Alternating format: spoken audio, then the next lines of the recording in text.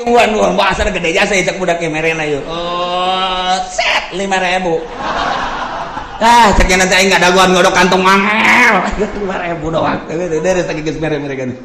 Masya Allah, mandak kura inget baik. Kula mau bejakeun jelema waktu kula keur mondok aya seorang pengusaha sok mere ka kula. Nah, dek kapanggih. Aya deui urang di nu sok mere. Tek datang ka kula inget baik. Kula geus marah naon? Kula sok dihadiahan bae ku kula bu aing baheula teh meuli kitab dibiayaan ku eta seorang pengusaha. Tah, tu hari sok dihadiahan bae lah galati anu ternyata ge pasti aya. Eta teh leungit tah hate teh tah nyana ngabiayaan teh. Sok mere mun balik sok mere, mun balik sok mere. Aya deui dulur an munda balik menta tah mah.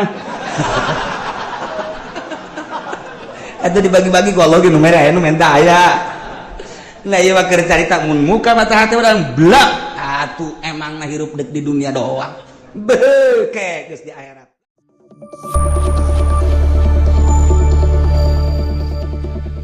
Boborosan kunyana dicabut geus mah boros pare geus mah boros kalapa boros panan pandan dan lain sebagainya di dalahar kunyana kunaon eta lantaran eueuh bala-bala didahar kan kunyana susah kabladieuna terus kaleuweung di teangan kunyana buat tangkal ieu yang ngeunah ieu aya suag dicabut dibawa ka imah terus dipasian terus dikulub golotrok di dahar di kalapaan caknya langeun aya tetangga nu nurutan fajar suag kunya horeng badur mabok nya eta kan zaman eta teh zaman susah nah ieu zaman susah ya dibere susah ieu keur zaman harita baheulanan zaman nenek moyang urang baheula. Jadi geunah bejana sagala derwak ngeunah nu asak mah sagala cente ngeunah sagala kingkit ngeunah sagala kitu katokak ngeunah sagala rupa kudu eta atuh kapan eueuh dahareun nu aya eta atuh geus lamun urang nyaritakeun zaman kamari ieu beuh nyabot dangdeur masyaallah segede jempol teh di pasianan di dahar atah-atah isuk-isuk ku amis yaknyana loba dahar ku ari mun teu nyeri beuteung kunaon sebab eueuh dahareun zaman eta mah ngeunah jasa zaman kula bae ge lamun urang ngadahar kitu nyaritakeun tentang ngadahar naon dangdeur atah pernah ngadahar kitu huwi nu atah ngeunah ngadahar sao atah ge ngeunah sao atah ya Allah ya Rabbi ku ngeunah eta sao teh komo rada mengkel-mengkel mah ya Allah sao atah tidak nu mantak baheula lamun aya rujak tumbuk teh rujak tumbuk mantep jasa lantaran sagala araratah araraya ngeunah kuari mah kuari loba dahar teu ngeunah nu kos kaditu nah ieu dibere hararese ku Gusti Allah tapi eta jelema lamun ba'da magrib breng ngararaji ka imah ustad nu tinggalin ngaraji kabeh mari ustadna ge teh yang dibayar jeung hayang-hayangan ge nu mayar ieu hari teh duit teh aduh bisa jana maca Quran aju anu rada gede mah pan baheula ngajina teh rada panderi mimiti nu ngejah heula aju nu gerde geus ka Quran aju balik-balikna kan ka masjid es di masjid paling jago nyana nakol bedug hiburanana teh nakol bedug hiburanana sakitu dagdugdug geus eta hiburan nyana sakitu doang geus baheula mah aman bere kabelah dieuna terus mahmur ku Gusti Allah teh terus engke paroho deui ka Allah jadi bere susah deui ku Allah kuari bae kuari leletikanana ya kieu bae ieu mah keur carita perorangan bae ulah kabehan ada perorangan ieu kege kaharti ka kabehan ge kege kaharti ka kabehan. Waalaikumsalam. Duh, Kiai, doakeun kula. Ngana? Kula dek dagang Kiai, aduh boga modal supaya maju bae. Namun maju mah pan masjid tuh omeaneun jangnya nanti pondok pesantren amis ngeunaheun kadengena kana ceuli. Ngineun nya geus pokona mah kula mah ibadah bae. Ha geus doakeun ge padahal tadi doakeun ge wae sugih-sugih mah ieu keur carita perjalanan. Yo cek ya itu sing bener itu si dagang kayak seminggu datang deh, kedua minggu datang deh. Wah, gede. Hiji. Waalaikumsalam. Loh, bari geus dia bantingkeun kopeh ge blek. Sia kunaon ngabantingkeun puyang cenah kieu doakeun ieu. Kunaon hayang bisa ngazakat cek. Dah, mantap jasa eta ngomong. Hayang bisa ngazakat berarti hayang sugih kan?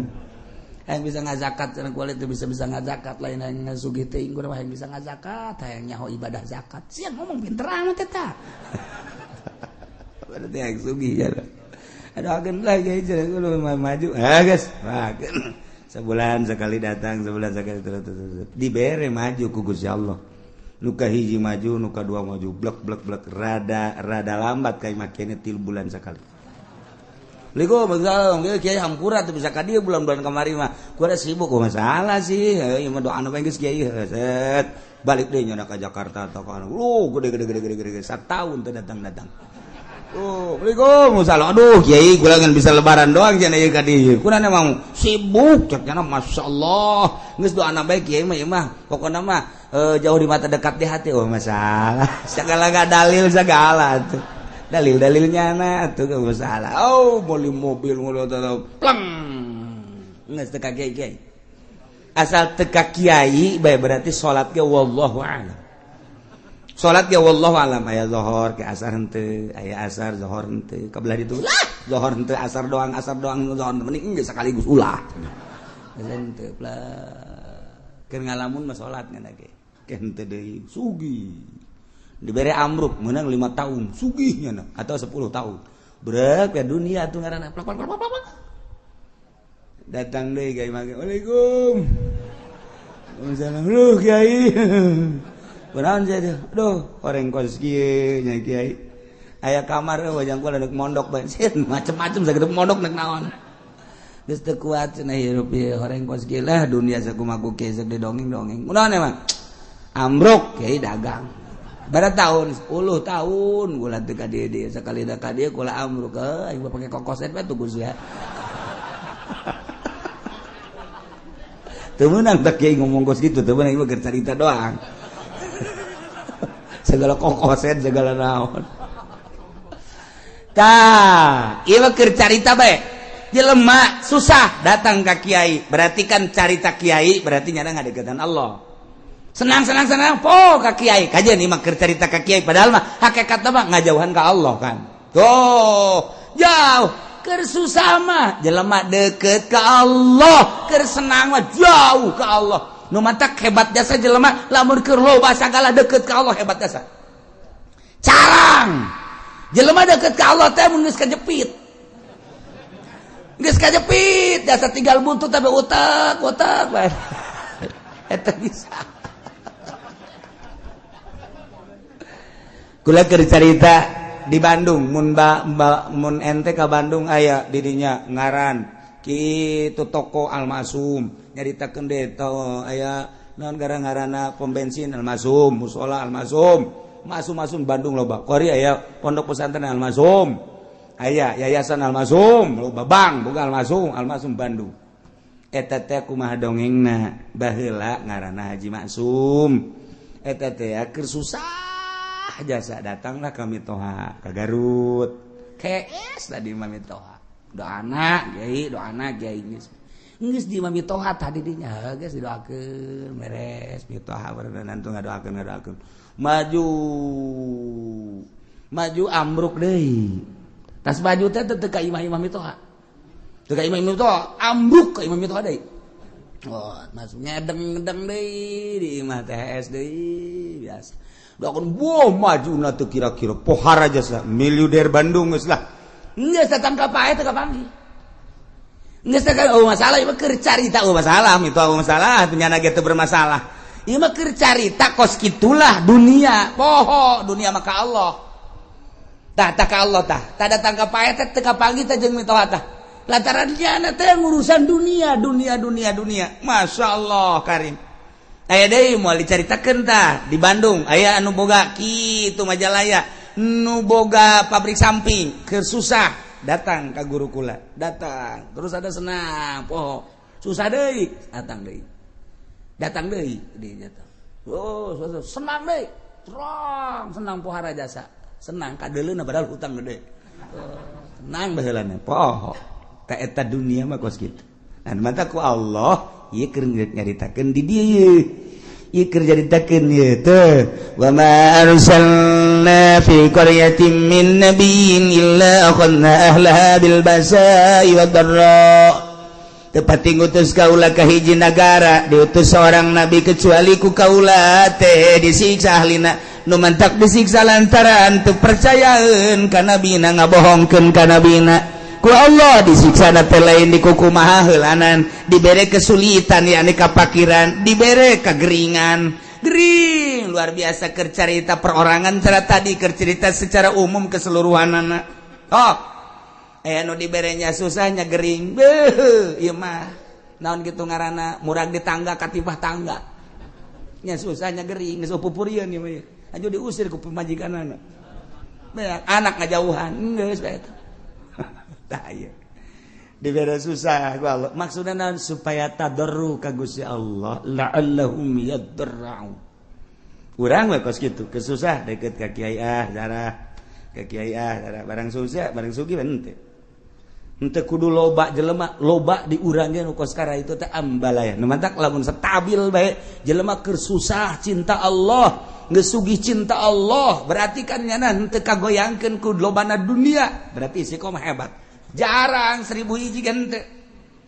asal naik bae mulai geus kamari mah bisa tamat Quran sabulan sakali ku ari mah Quran ngan di deuleu doang eker kamari mah rada susah teh bisa babarengan jeung babaturan barang ku ari sugih geus teu bisa babarengan jeung babaturan kamari ieu mah keur rada susah teh bisa seserian barang sugih mah tugas teu bisa ku ari mah sibuk Bandung teh Surabaya teh Singapura teh Jakarta teh nah eta teh kos karari itu teh engke poho ninggalkeun setik kan itu urang bae ku ari lah moal ke salat sunah lah tin miti teh salat sunah terus kabelah dia na ke mabadiah bae lah cuma qobliyah jeung badiah henteu kabelah dituna mah bisa-bisa teu salat kabel itu bisa tuh salat tak eta kos karena itu tak eta teh teguran ti Gusti Allah nah jelema diutus nabi ku Gusti Allah sebuah negara lantaran kacau teu inget ka Gusti Allah utus nabi dakwahnya sagesta dakwah teu percaya disiksa ku Allah dibere kesulitan carana teu hujan-hujan lamun geus teu hujan atuh taneuh dangkal batal terjadi mimiti nu kesulitan teh kapan munding sapi domba kabelah dieuna jelema kesulitan lantaran teu aya cai ti luhur teh diturunkeun cai ti handap panas eueuh cai sigoleh jelema nang Allah cak Allah ayo coba sia de kumaha dek kumaha coba baheula turun nabi ku ari mah wali Allah mah teu kanyawan ulama nyaritakeun ulama kade cek kiai teh sing loba dumadeus ka Gusti Allah urang ti Allah dibere umur ku Allah bakal balik ka Allah persiapkeun urang yang menghadap ka Allah kemudian sing hade urang ieu lempang di taneuh Allah urang mah bangun tenang-tenang bae padahal mah taneuh Allah teh neuleukeun ka urang langit neuleukeun ka urang tangkal kayu neuleukeun ka urang mah teu boga asa dideuleukeun teu boga rasa dideuleukeun kok kadituna teu boga rasa dideuleukeun ku Gusti Allah jauh ka Gusti Allah malah judi malah mabok teguran ti Gusti Allah dibere susah kesulitan higi kuari-kuari keur ditegor ku Gusti Allah pabrik balalangkrut kuari nunggus di PHK leuwih ti 50% ulang kampung kuari pabrik nu ayana ge encan jelas manajemen geus teu jalan lantaran ekspor impor teu jalan sebab dolar makin naik kuari geus 13,4 kadituna lamun 14 geus leuwih parah deui antara pembelian bahan baku jeung produksi jeung penjualan teu seimbang sehingga PMHK-an anu dilobakeun lamun kuari encan jelas bakal datang ka iraha maka pabrik mulai gulung tikar geus pabrik gulung tikar berarti karyawan sabaraha ribu kali kuari keur aya kitu 50 pabrik atau 100 pabrik sapabrikna menelan manusia kitu 2000 baheula keur dirata-ratakeun kali 100 sabaraha jelema nu nganggur pulang kampung ka ditu terbengkalai nu boga kontrakan nu tadina ngandalkeun kontrakan di daharna teh tajang sagala rupa na kontrakanna ditinggalkeun maya listrik papan terus bae nu geus eueuh nek kumaha tinggal nyana bae tambang mana aing gantung diri bae gitu ya mulai terus terbengkalai ye bang di urang kumaha pasarkan kuari kurang geus teu jalan artinya teh jalan teh kumaha jalan mah ala kadar jalan tapi kan lain cara biasa aset anu biasana satu hari menang 1 juta kuari mah teu menang 500 acat ieu keur carita nu leutik carita nu gede ieu encan jelas datang ka irahana encan jelas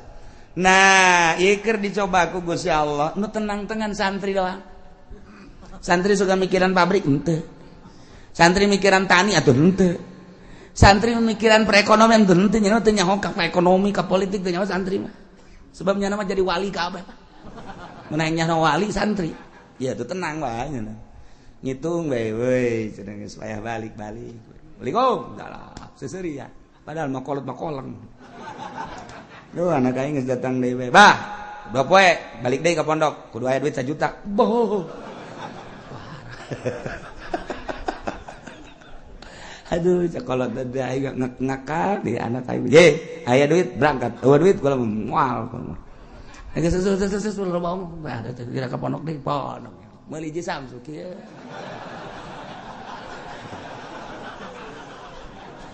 atuh nyaritakeun politik politik nyaritakeun ekonomi duit aing ngambalaya taloba cenah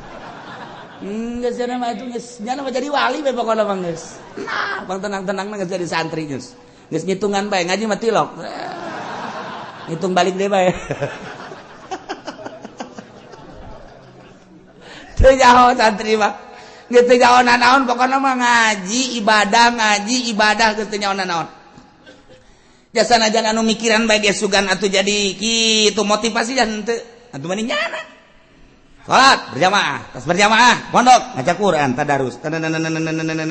Allahu lazim, dak masak. Beres beli botan dak duit aing ambual aya ti bapak aing pugu bapak nama ngedagang naon gitu ngartoge ngek geus teu nyawana naon ya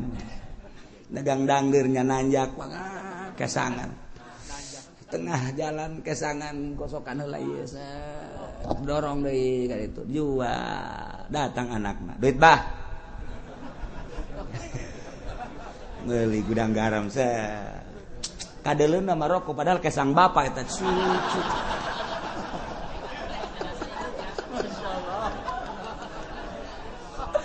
tapi juga boga pikiran atuh henteu ya bapana ge ikhlas karena Allah lantaran cak bapana aing ridho jasa aing dagang dangdeur capek ge tah pake ngabiayaan sia komo sia bisa ngaji teu bisa ngaji ge aing nitipkeun ka sia teh keur macaan Quran ngajelaskeun Quran hadis eta teh ucapan Allah ucapan Kangjeng Rasul geus atuh pokona mah aing mah penting mah sorga we coba mantep teh coba yeay kolotna ge senangeun ya eta teh nyana anu di dalam akhirat coba sakola hayo mere duit tak 3 juta jadi ibadah wallahu a'lam nu dibaca anak kitab naon dan lain-lain sebagainya jadi ibadah kalau wallahu a'lam datang deui minta duit hak tak dipake poya-poya ku anakna keur carita bener bae heulanan sakolana wallahu a'lam jadi ibadah wallahu a'lam teu buka tuh hate sia bego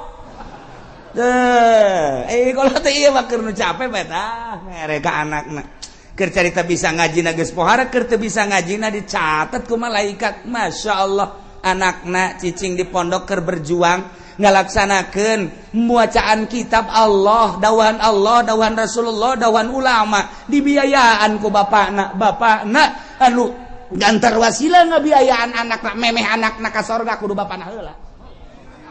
Amin sa anak sia teu sakola teu mondok.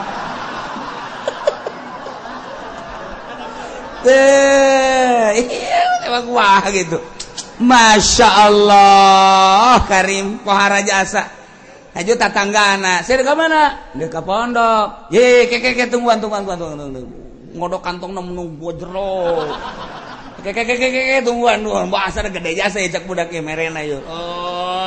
set 5.000 caknya nanti aing nggak daguan ngodok kantong angel 5.000 doang dari geus mere-mere nih. Masya Allah mantap kura inget baik kula mau bejakeun jelemana waktu kula keur mondok aya seorang pengusaha sok mere ka kula dek kapanggih aya deui urang di nu sok mere tek datang ka kula inget baik kula geus marah naon kula sok dihadiahan bae ku kula bu aing baheula teh meuli kitab dibiayaan ku eta seorang pengusaha kula sok dihadiahan bae lah berarti anu ternyata ge pasti aya teleungi tah hate teh tah nyana ngabiayaan teh sok mere mun balik sok mere aya deui dulur mun da balik menta teh mah atuh dibagi-bagi ku Allah ge nu mere aya nu menta aya nah ieu mah keur carita mun muka mata hate urang blak atuh emang na hirup dek di dunia doang beuke geus di akhirat blak. Masya Allah begitu seorang santri ustad atau kiai ditimbang amalnya bagus sorga cak pengusaha malaikat ulah kali ka sorga kan emang kunaon gitu ulah emang naon hubunganan aya hubungan gede jeung kula ulah ka sorga kan ji naon heula ke tanyakeun eta kitab nu dibaca ku nyana nang meuli saha tanyakan tad emang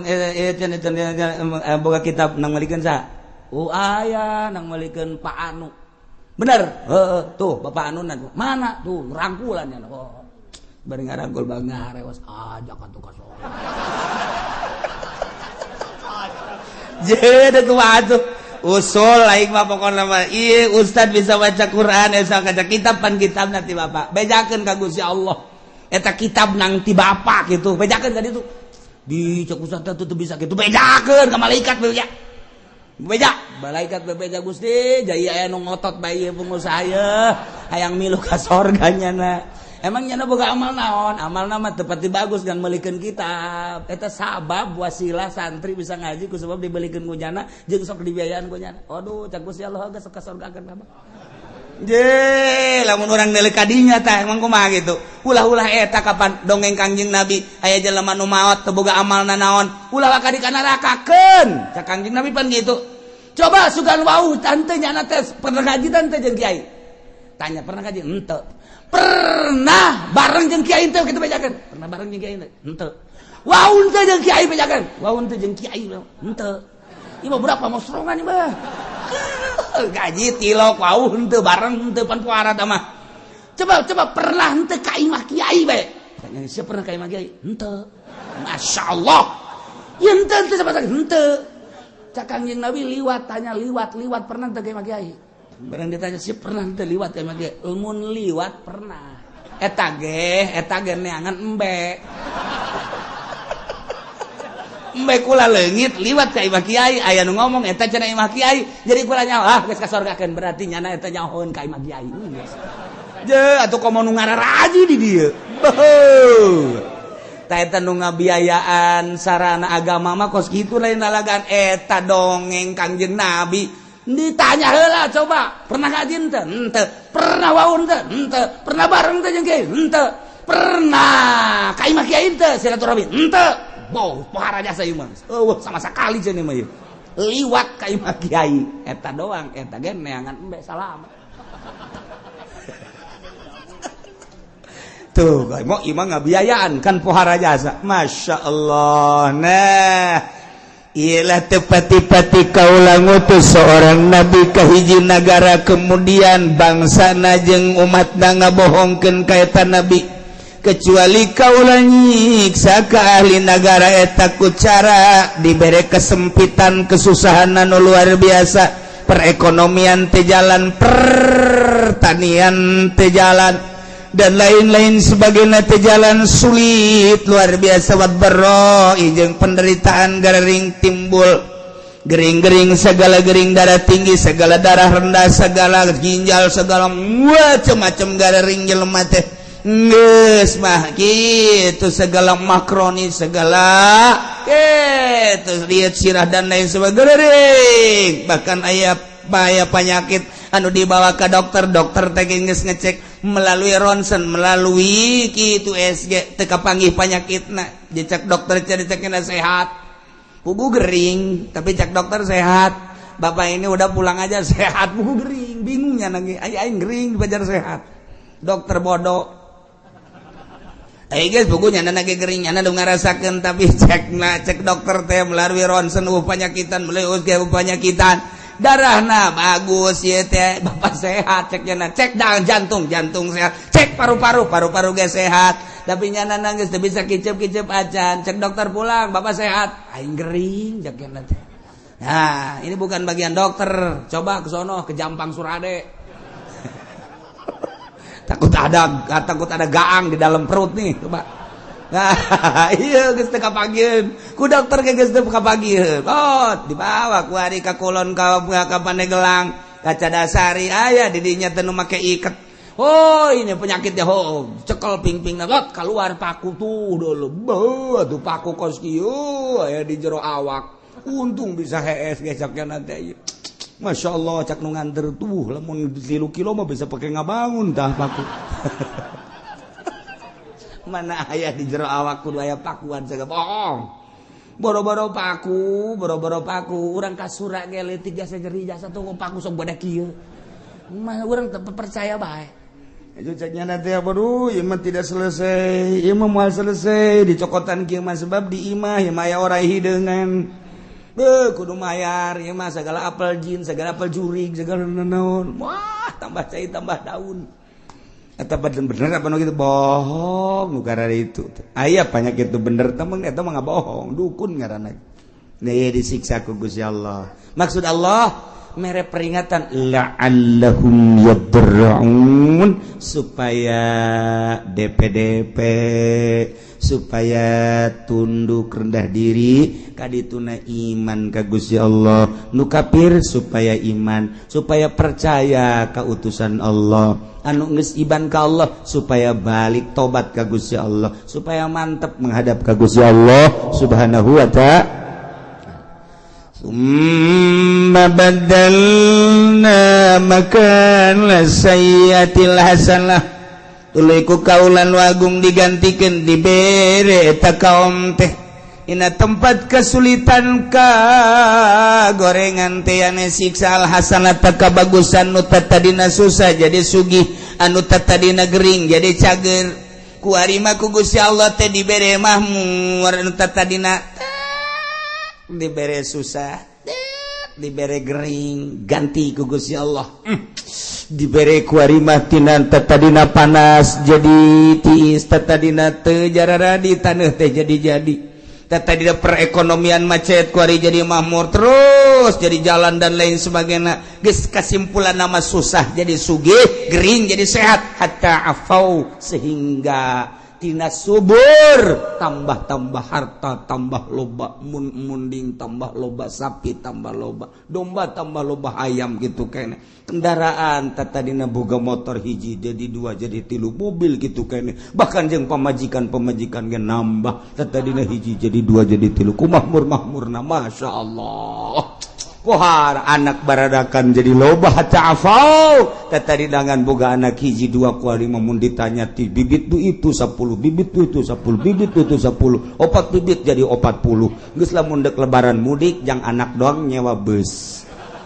ta'afau bahmur jasa ieu pohar jasa kumaha eta dikitu-kitukeun ku Gusti Allah ke dibere susah ke dibere sugih ke dibere gering ke dibere cager eta teh kapan menang Allah maksudna Gusti Allah teh supaya inget bahwa ieu teh dadamelan Gusti Allah geus ana dadamelan Gusti Allah supaya iman ka Gusti Allah geus iman ke ibadah ka Gusti Allah supaya mantep nauhidkeun ka Gusti Allah Subhanahu wa ta'ala tapi kumaha eta kaum waqalu cek eta masyarakat teh kufrun li nikmat kana kufur kana nikmat sing hade kikituan tekon masa abaan adra wasarro bapak moyang urang baheula ge osok dikitu-kitu baheula ge lain osok dikitu-kitu emang geus terjadi ke susah ke sugih engke paila engke subur tiba heula ge kitu ke perekonomian macet ke perekonomian teh jalan atuh tiba heula ge derek moyang urang ge kitu sarua jeung urang ieu teh ulah ditekadkeun bahwa ieu ti Allah wa hadhihi adatud dahri ieu mah emang geus kos kitu bae kaayaan zaman masa guari geus aya di ceuli urang loba jasa ketika aya gempa urang mah nyaritakeun ieu teh peringatan ti Gusti Allah ieu teh siksa ti Gusti Allah sebagian ngomong ieu mah kejadian alam caritakeun angin topan deg urang mah nyaritakeun ieu teh peringatan ti Gusti Allah siksa lantaran di dinya teh aya sumber maksiat anu teu katahan mungkin bae perzinahan mungkin perjudian mungkin bae di dinya teh segala kredit dan lain sebagainya geus disiksa ku Gusti Allah tapi nya nama lain ini mah kejadian alam ada tuh dahri emang geus biasa zaman mah kos kieu jadikeun tsunami dat peringatan ti Gusti Allah urang mah nyaritakeun ieu teh peringatan ti Gusti Allah nya nama lain kejadian alam lantaran di urang antara nu mukmin jeung nu fasik jeung nu kafir loba dedengean loba tapi ka urang lolobana dah kejadian alam eleh mukmin udah teger di televisi ngomong ini adalah merupakan peringatan dari Allah siksa titik geus kuduna kitu ieu lain kejadian alam nyaritakeun kejadian alam malulu teu harayang aing mah ngadengen age eueun tegas teh kitu teh ka Allah hati-hati kita kembali kepada Allah kuduna mah di TV kitu hai para kafir iman kepada Allah coba nya di sel geus lah pokona nekat guru ieu mah kejadian alam deui da iya jelema nu kalalupur nikmat teh ngomongna teh qad masa'abana dara wasara urusan kos kieu mah tuh bapa moyang urang ge emang kakeunaan baheula aya susah aya sugih aya panas aya tiis aya masyarakat aya menan gitu ngaranna aya keur paila aya keur subur atuh baheula ge karari itu ke Gusti Allah dibere angin teu Gusti Allah engke ge aya angin ke gempa emang ieu mah wahadi ada tu dahri walaysat biuqubatin minallah lain siksa Allah ieu mah kejadian alam tiba heula geus kitu nurun ka urang ayeuna nu mantak caknya geus pakunu ada mah antum ada geus sing araya maneh mah maneh bae geus ulah nyaritakeun Allah geus mah lain siksa Allah lain kejadian alam maka lamun ku Gusti Allah geus diperingati melalui paila melalui panas tapi teu daek iman ka Gusti Allah teu daek sadar merendahkan diri ka Gusti Allah ketunggu cek Gusti Allah ujung-ujungna fa akhadnahum baghtatan wa hum la yashurun teh ku Gusti Allah disakalikeun siksana baghtatan teh sakaligus kaget sekonyong-konyong wa hum la yashurun bari manehna teu nyaho kana waktu datang na memena sugan aya kitu warning sen-sen teu aya langsung bae emang kamari ieu waktu aya tsunami Aceh teh emang aya peringatan teu aya jeger kabeh ka bawah waktu kamari ieu di Padang emang aya peringatan awal geus ku Gusti Allah diperingati awal tapi kaberani itu udah tetap teu iman gak gempa sabaraha ribu manusia anu henteu disalat teu Sukabumi gempa Garut gempa Yogyakarta gempa